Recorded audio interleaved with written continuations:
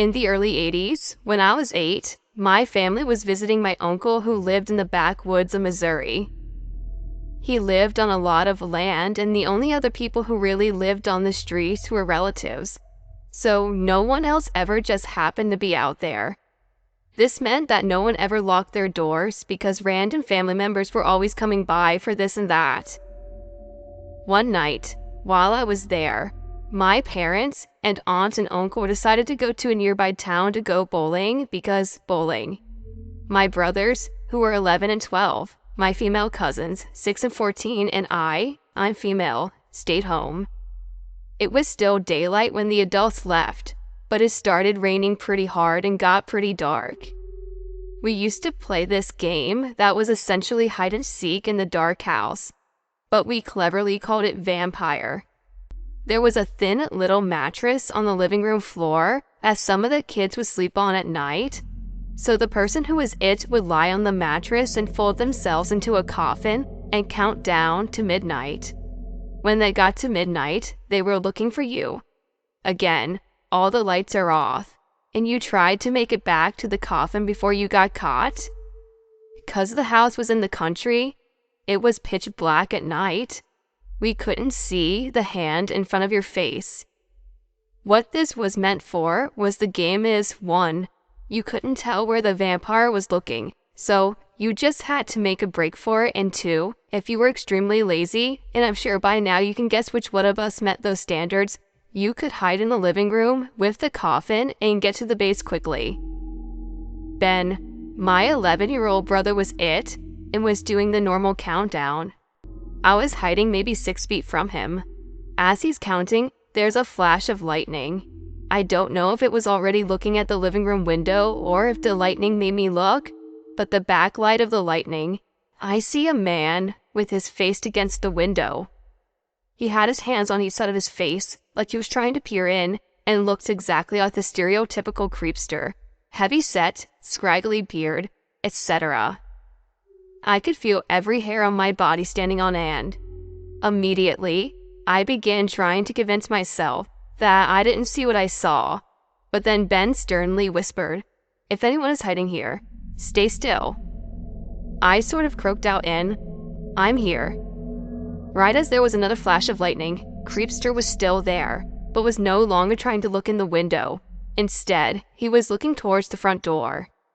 Ben and I immediately knew what was coming next.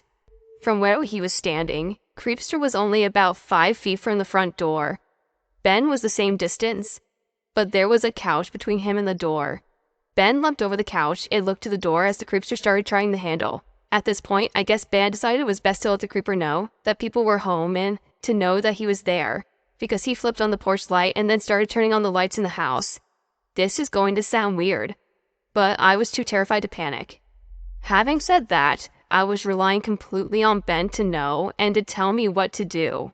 He told me to go lock the other doors and was yelling for everyone else to come out and lock all of the windows. Honestly, the next few minutes are crazy in my mind. I remember everything up until this point extremely clearly. Then, I remember the end very clearly, but I'm less clear about the middle. I know that I locked the side door and then the sliding glass door at the back of the house. When we've talked about it over the years, some people remember us seeing him out in the back door as well. I don't think I remember that. What I clearly recall is locking the sliding glass door and standing there frozen and hearing Ben, in a very calm but firm voice, say, "Close the curtain. Listen to me, okay? Close the curtain." So I did. Ben can't remember that part. I just remember my fear in Ben's voice. So I'm not sure if I saw the creepster in the backyard or not. We tried to call the police, but my aunt and uncle had a stupid party line and it didn't work. Whether from a storm or from a neighbor leaving it off the hook or whatever. For the record, they are the only people I've ever known with a party line, so this wasn't normal to me either. But for those of you who don't know what this is, in really rural areas, multiple people on the street would actually share a phone line if you didn't have different rings for different households. But you could pick up the phone and listen to your neighbor's conversation. We also tried to summon and help my uncle's CB radio, but we just couldn't reach anyone. My uncle was a hunter, so he had a gun rack full of rifles in his home. My older cousin was out on town hunting trip and took them with him. All we could find was a BB gun that looked like a real rifle. I vividly remember Ben putting me on the phone duty and Scott, my older brother, on CB duty, while he stood watch with the little square window on the front door with the BB gun. Maybe 30 minutes later, Ben said, "He's back. He's coming up the driveway." The rest of us froze in fear, but Ben opened the door and stepped out on the porch pointing the gun at him. "Get out of here right now." Then, as we hear our cousin Kyle, who lived down the road a bit, say, "You know it's a BB gun, right?" Even though Kyle was only 15, I remember that we felt like we had been saved when he showed up. Kyle seemed really skeptical of our story, like we were playing a trick on him, even though we had no idea what was coming. But he stayed with us until our parents came home. Honestly, I don't remember if we ever told our parents what happened when they get home. There was definitely no police involvement though. We just went on with our trip, but we never played vampire again without some mention of that night.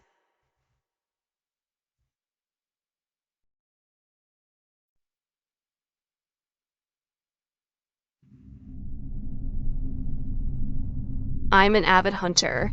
I go every season and I love it. More often than not, I don't kill any game, but I just love getting out and into the woods. I don't know if you're familiar with hunting season in Pennsylvania, but during late November, rifle season is in full swing. It was already the second week of the season, and I had yet to bag any deer. So I was eager to get to it, early in the morning. And I did. I normally get up at around 5 a.m. and drive to my hunting spot. It's private land that my grandfather owns. Him and I are the only two who hunt on it, and the rest is posted to hunters. And the only others on that land are employed on my grandfather's farm. I had originally planned on calling my grandfather when I woke up and asking him if he wanted to tag along, but the weather was more than horrendous in the morning. The snow was pouring down and the wind was really strong. I love hunting in the snow, but it almost made me decide not to go. So I knew he wouldn't want to. The roads were really bad, so it took me a bit longer to drive there. Normally, the sun would be starting to rise by now. However, it was overcast and snowing. Regardless of the snow, I walked up to my spot. It was directly behind my grandfather's house, over a hill and back about 100 to 150 yards. Almost immediately upon sitting in my spot, I hear things moving all around me. Honestly, I didn't pay too much attention to it. It could have been a number of things, but it was still pitch black, and the thought of it was kind of creeping me out. But there wasn't much I could do. It's not like I can shoot at anything, so I just ignored it and continued to wait. It wasn't much longer after that I began hearing something walking just over the ridge to my right. At this point, there's barely enough light to see my feet, so even if it was a deer, there was still nothing I could do. However, I could tell it wasn't a deer. I just assumed it was my grandfather, walking to a spot, which is just a short walk from mine. But the lights in the house were off, and if he was up here, I'm sure he'd let me know prior. Even if it wasn't him, it was a hunter. Albeit hunting illegally. I still wanted to let him know I was here. So I turned on my flashlight and pointed into his direction, flashing it several times. Again, even if it was a deer, I couldn't shoot it. So I felt it was better to be safe rather than sorry. Nothing happened after that. After I flashed my light, the noise stopped, which was really odd. I didn't see them turn back or hear them, so I figured they either A, sat down right there after seeing my light, which was considered extremely rude, or B, I didn't hear them walk off. I just assumed it was the latter. An hour or so passes, and finally the first sights of daylight start to shine through. It's still snowing, and the snow is falling in entire snowballs, rather than snowflakes, so visibility is pretty limited. Around this time, noticed that an odd-looking lump protruding from a group of trees.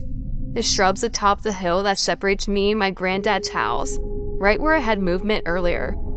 It looked like a mound of dirt. However, it was sticking out from the side of a tree, so obviously it wasn't dirt. Naturally, I raised my rifle to take a closer look.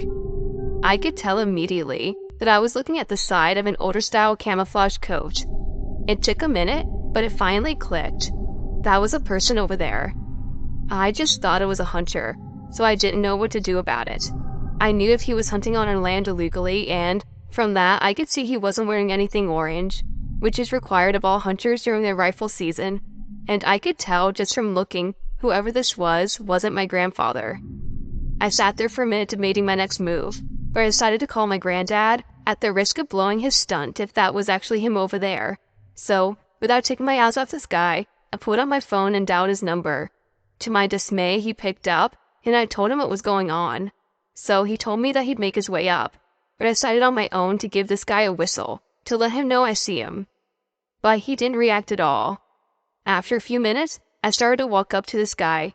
After walking a short distance, I could clearly see this guy, who was sound asleep tucked in between a shrub and a couple of trees.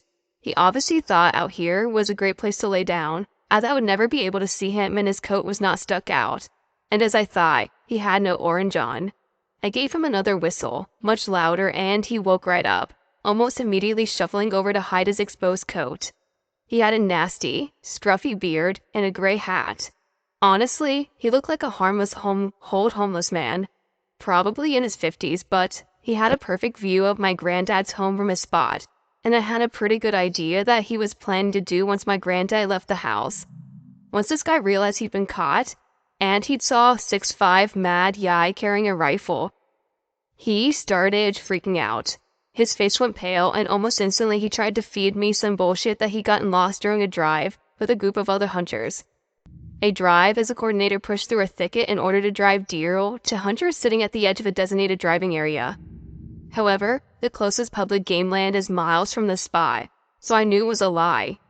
He just wanted to keep on going on about how he was lost and how he fell asleep. He even went as far to make up a fake name on the spot. I just stood there and listened, making sure he didn't give me any fishy movements. I couldn't help but think that what this guy was going to do to my grandfather. God knows if he had the chance, and the thoughts pissed me off.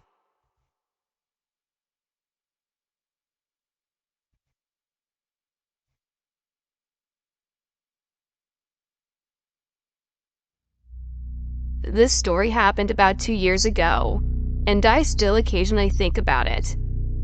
I live in the middle of Scotland. The winters are wet, cold, and immensely dark. One night, I was walking up to the shops at about 10 p.m. The path followed an area of interlocking, run-down terraces, encroaching forests, whose branches reached out across the path in several fields. With it being winter, the grass came up to your thigh. This journey in total usually takes about 30 minutes at least. On the right side of the latter area of the pass is a series of mansions, about 5 or 6 of them all along this stretch. Most of the occupants would have been away for the winter, but one mansion was well lit.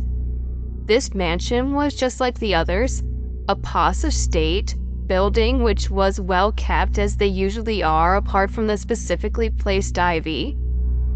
It was a completely normal mansion. All the lights in the house were turned on, and in the windows I saw the shadows of dozens of people prancing around, dancing, having fun and drinking. Strange thing was though, I couldn't hear anything. No voices, laughter, or music. Nothing at all. In all honesty, it looked like a fun party that I somehow felt I was allowed to go in with no problem. But I don't party with strangers, and I carried on to the shops and got what I needed. When I left the shops, it had started snowing. The clouds covered so much of the sky that not even the light of the moon shone through. The snow was barreling down so much that I could barely see, but I kept going back down the path towards home. I decided to have another look at the park of the mansion, just out of curiosity. To my surprise, all I saw was nothing. The previously lively and decadent and gorgeous mansion was now a decaying relic. Its sides crumbling, its windows smashed, its roof caved in. The trimmed garden was now an overgrown jungle. Between me and walking back to my house had completely changed. I quickly walked home after seeing that. A year after that, me and a friend went to have a look at the house in the middle of a summer day. We'd break into the house and all of the doors were covered with metal locks. During one day, the house was kind of beautiful, like a little, overgrown, isolated paradise, with many kinds of beautiful and colorful flowers dotting around the area. All that we found was a shed, which inside was an abandoned workshop and a business card dated in 1996. I don't know what to think of the house. Did I imagine it? Was it squatters? In Scotland, there are so many stories of fairies trading visual illusions to lure humans to their world, which could explain the lack of sound. In all honesty, I don't know. I still walk past that mansion whenever I go to the shops. It's been gated up now and entirely covered in locks. Whatever mystery can be answered by going into the mansion itself, I'm not going to go look. I hope you like my story, Swamp. It's been puzzling me for years.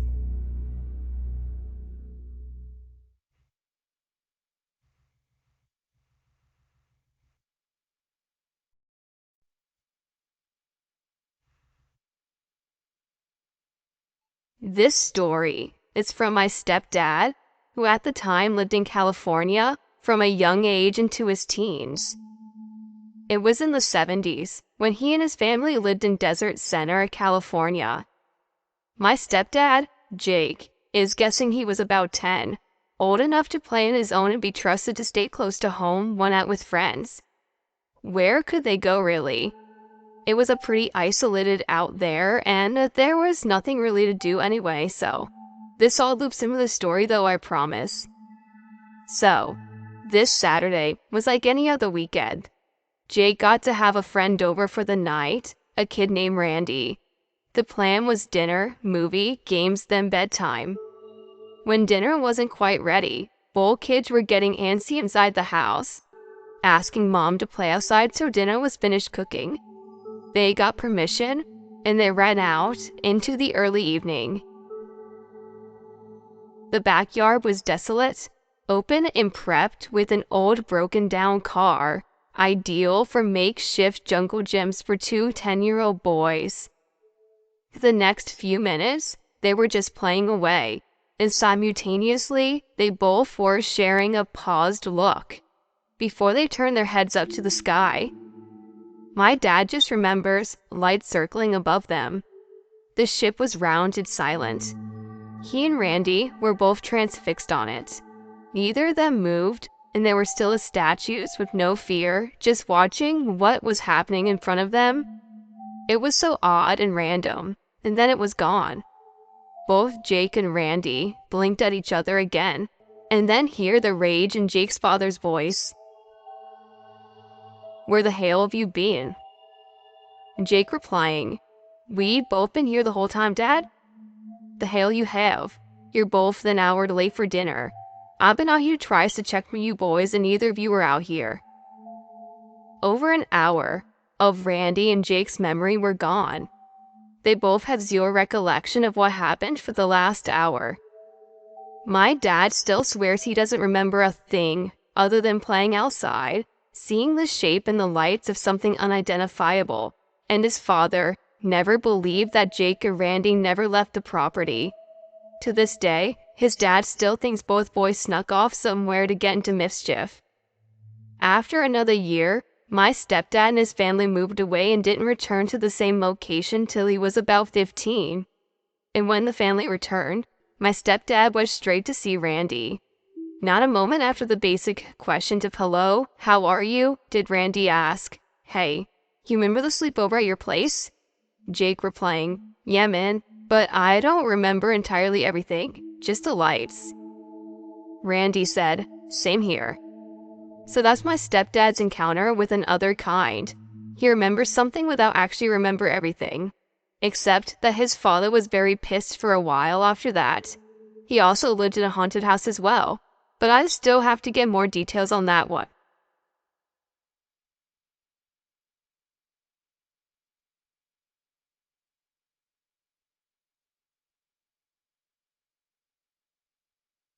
Two years ago today, I was going through a really tough time. I was pretty depressed. and had moved home with my kids and lost my job. Due to this, I didn't have the money to really do anything with my children during the summer holidays that year. Mid-July. I don't remember the exact date.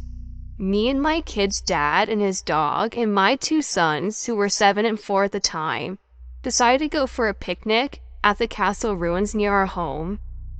We lived in a small town in the northeast of England called Seaham, and the castle ruins are known as both Dalton Tower and Daldin Tower. There is info about it online, but unfortunately, not too much. We got to the ruins and set up our picnic. We played some games and etc. We didn't see any other people around the whole day, which really isn't a surprise. It's quite difficult to get to the tower. It's also out the way of the rest of the town, and to be honest, I don't think most people, while we were there, I took a lot of photos, some of the kids and some of the surrounding areas. I was taking the pictures when I noticed a small deer track through the small woods behind the tower. It led to an overgrown field. There was long grass and a few trees and nothing else. Rumbo, my ex's dog, had followed me, so I threw a stick a few times, but started to feel incredibly uncomfortable.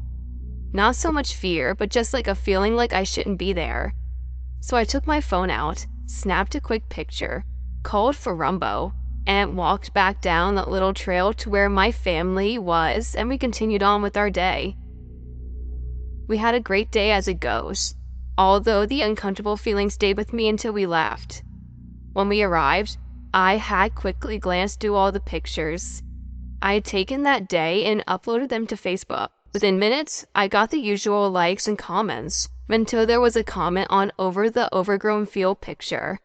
The comment was from my aunt and said, "Who was that pic taken? Who was that in the grass?" I had no idea what she was talking about, so I opened up the picture, and just as she said, there was a figure in the picture. I couldn't make in any details as they were kind of far away, but looked completely solid. They had a dark top, which was tied together around their face and is unusual considered how hot that day was. But their face was gray. Its eyes were just two black holes, and it had a creepy smile. It also wasn't looking directly at me. It was looking through the trees towards where my sons were playing.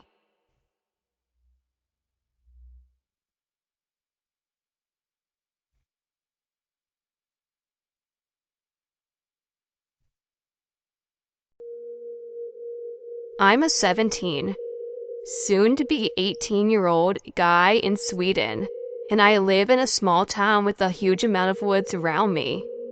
I've had a whole bunch of paranormal events happen to me, but I'm gonna share the ones that happened close to an old mining tower, which reaches over 60 meters in height. One of the first things that happened around that place was me spotting a wolf, which was pretty amazing, but the next event was horrifying. I was coming up to a curve, which was the thick, dark woods on the left side with a small road that leads into it, and the tower on the right side. The right side of the road is completely open, considering it was an old mining ground, with a circular track for horses being the only thing out there, so you really felt exposed when you walked past it. I was coming home from a friend's place who lived a few kilometers away. I had been walking this whole time with my headphones in, but something just kind of felt off. Something just felt unnerving, which pushed me to pause my music. That's when I heard it. A rustling out in the woods, close to the trail that led into the woods. I stopped, locking my eyes into the woods. I saw movement, but not what caused it, and I definitely heard a voice, like a whisper, like when someone's calling out to you, but trying to be discreet.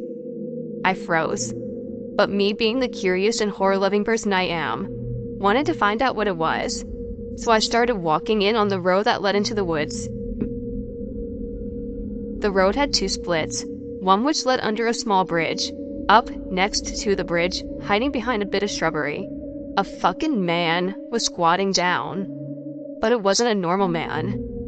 His skin looked inverted, like someone had turned it inside out, and he was staring at me, unblinking. I freaked the fuck out and just ran home, expecting to see him following me. That was when I was 14.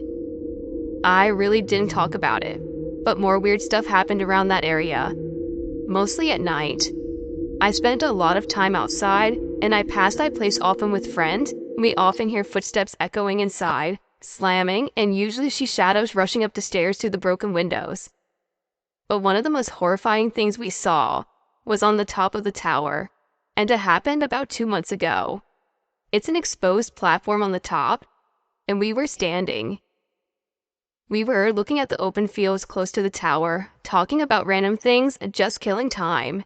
It was during the winter and cloudy, which gave us a nice but really still clear night. Mid-conversation, I noticed how my friend was just looking up, but with a weirded look on his face. When I looked up at what he was staring at, I saw it. It looked like a man holding the railing, leaning over, looking down at us with a dog head. The most fucked up part was that we saw a faint reflection of its eyes, and when we started to walk off, we could fucking see how its head turned, following us with its eyes. There were only a few things that has happened around that area. The two things that stuck out to me the most were those, though.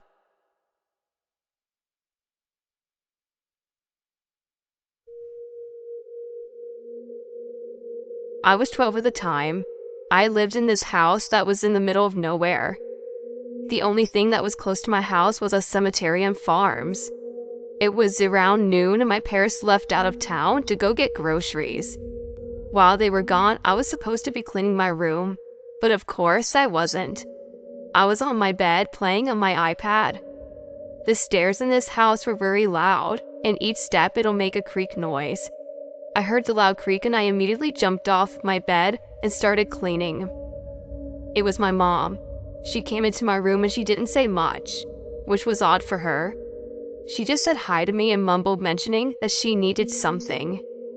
My room had this curtain that you could go behind, and behind it was a very small hallway type thing that had 2 closets. She went behind my curtain to get something. As she was getting whatever she needed, I was by my door cleaning. A few minutes passed and I had to ask my mom a question. I went behind my curtain to ask her, and she wasn't there. I thought that was odd because I was by the door and I would have saw her left. For I just shrugged it off thinking I was distracted and didn't notice her walk past me. I went downstairs to see where she had went and to ask her my question. I checked my parents' room and she wasn't there. I proceeded around the house and I couldn't find her or my father anywhere. I checked outside to see if the car was there, and it wasn't. I called her phone out of confusion. She answered. I asked her where she had gone and what she needed out of my room. She was very confused, and I reminded her that she was in my room and how she needed something. In confusion, she told me that she wasn't in my room and didn't know what I was talking about, and telling me how her and my father had just left the grocery store and were on our way home. I explained to my mom what happened, and when she got home she assumed I was playing around with her, so she didn't believe me or seem concerned. But she saw how serious I was. The person in my room looked just like my mother and sounded identical to her besides the mumbling. It couldn't have been an intruder or a sibling of mine. My home had cameras in front and the back of the house, and each time something goes by, it sends an alert to my father's phone. I have only one sibling, but he lives almost 2 hours away, so it wasn't him trying to act like her. And I don't see why he would. So what was it?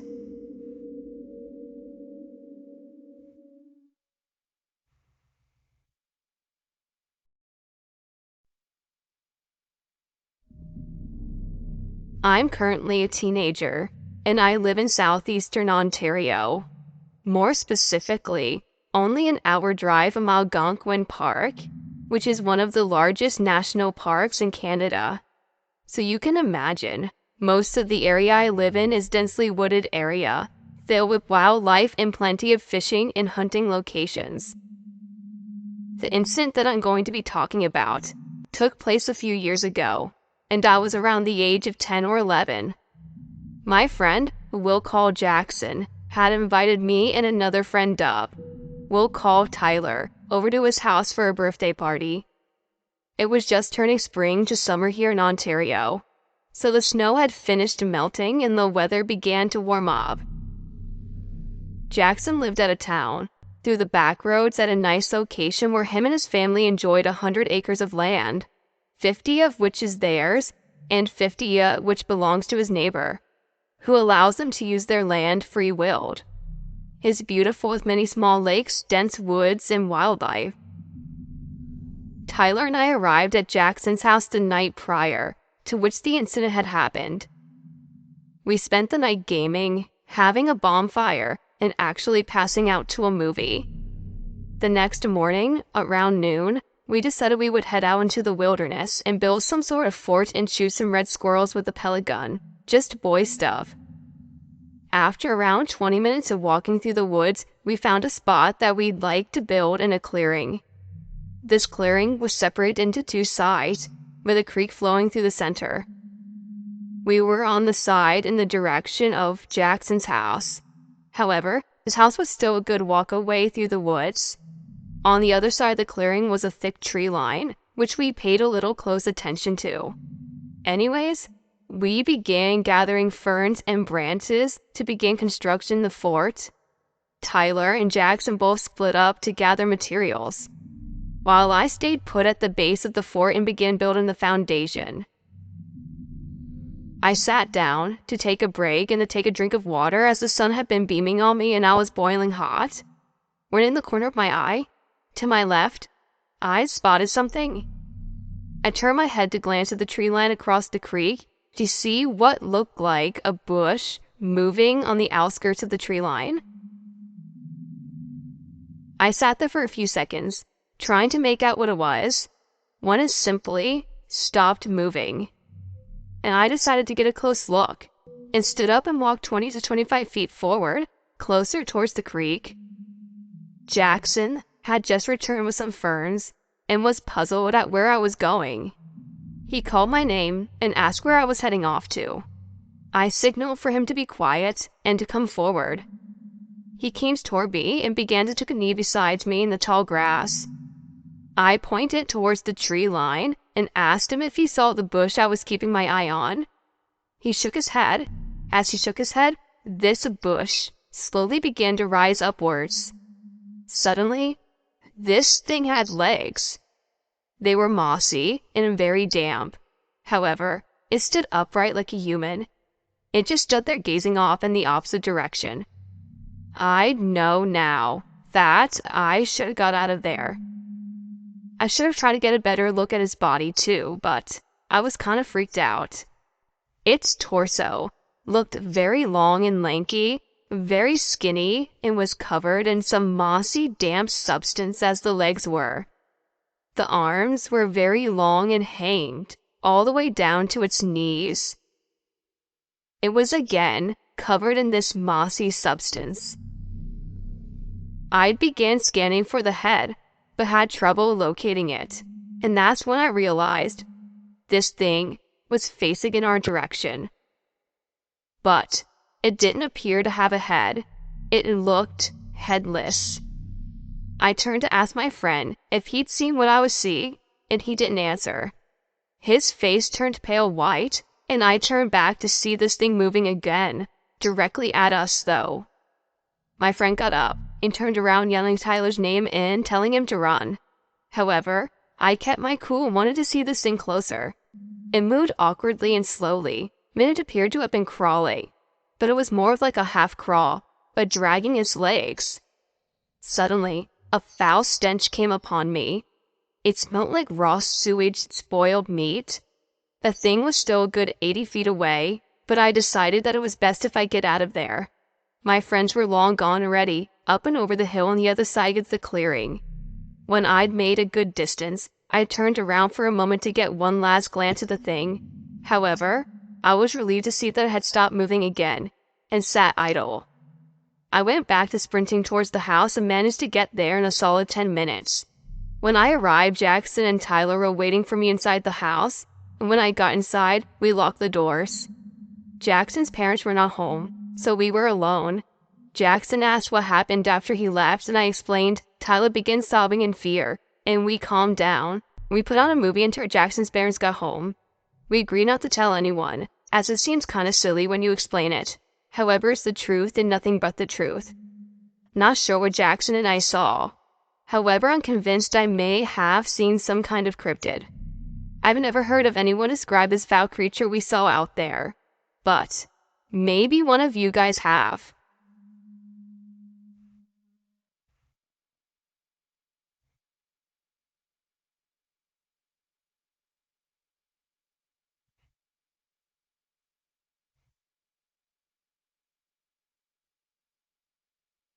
Between 2004 and 2006, I worked at a large format movie theater, located in a large outdoor mall in a coastal city in South Carolina. Unlike other theaters, we only showed specialized films, made specifically for a larger format, mostly nature documentaries or short films that worked well on a 10-story tall movie screen. Since there was only one screen, we had only one projector in the projection booth, and there was only one entrance to the booth. I need to give a quick layout of the building.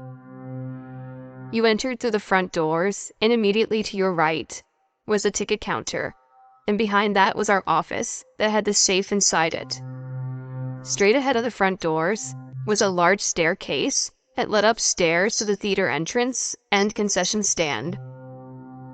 To the left of the front door was a set of doors that led to a gift shop, and a hallway that led to an exit, as well as another door to the theater that only opened from inside the theater. So after the film ended, people would exit downstairs to the gift shop. There was also another exit from the theater on the opposite side. You enter the front door, purchase your ticket, walk upstairs, or check the elevator if you're disabled. The usher takes your ticket, and you enter the theater at the entrance of your right or left. Then exit downstairs, unless of course you're disabled. There is one other stairwell that leads to the projection booth. You could access this stairwell from two doors, one on the first floor, the other on the second. And to enter the booth, you needed a key. I was the usher on duty that night. It was after the tourist season was over, so there wasn't a need for many staff members. I took the last ticket, and as soon as the film started, I began cleaning and preparing for the next day. The film ends, and I make sure all the customers exit. And then I clean up all the spilled drinks and popcorn. Then I turn off the theater lights and go sit in the office behind the ticket counter. My manager on duty was finishing counting down the safe, and when he finished, we could leave. He closed the safe and was about to enter the code to set the security system when we heard a loud thud above us. We looked at each other and sighed. I thought maybe something fell over in the concession stand.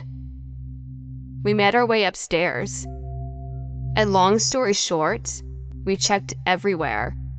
Beyond the concession stand, all the stairwells, both hallways, the elevator, and even the projection booth. Nothing had fallen over, and no one was there that we could find. The last place we checked was the theater itself. We each entered the theater from the two entrances on the second floor. We turned on the lights and looked in the theater. We met at the bottom of the stadium-style seating, and were about to head out, thinking the noise must have come from outside. That's when I happened to glance up at the projection booth. I will never forget what I saw. Looking down at us was the outline of a person. I could not make out any features, but there was someone or something up there. I just stared for a moment, until my manager looked up as well. As soon as he saw it, he started running up the stairs to get to the projection booth. He was a lot taller and skinnier than I was, and he made it there really quickly. I managed to catch up, and there was no one there. There was one way in and one way out of the booth, and you had to have a key to get in.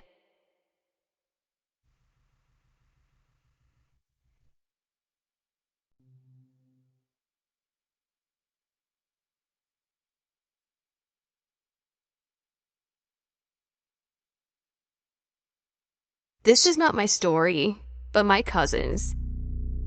This story happened to be back in the summer of 2010.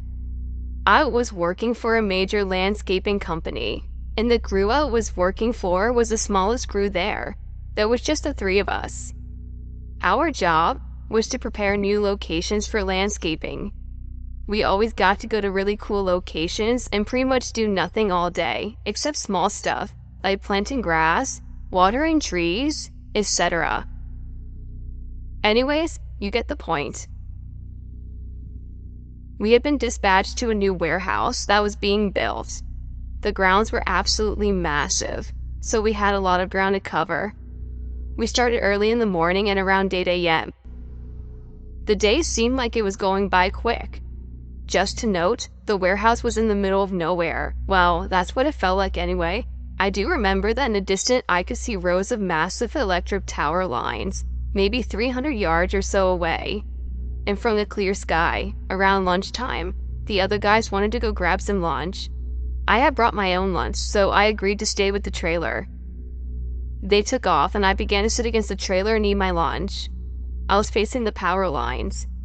I noticed something coming in the distance, and at first, it looked like a black glider, but I didn't understand why anyone would be using a glider so close to power lines. I saw this jet black glider fly over the power lines.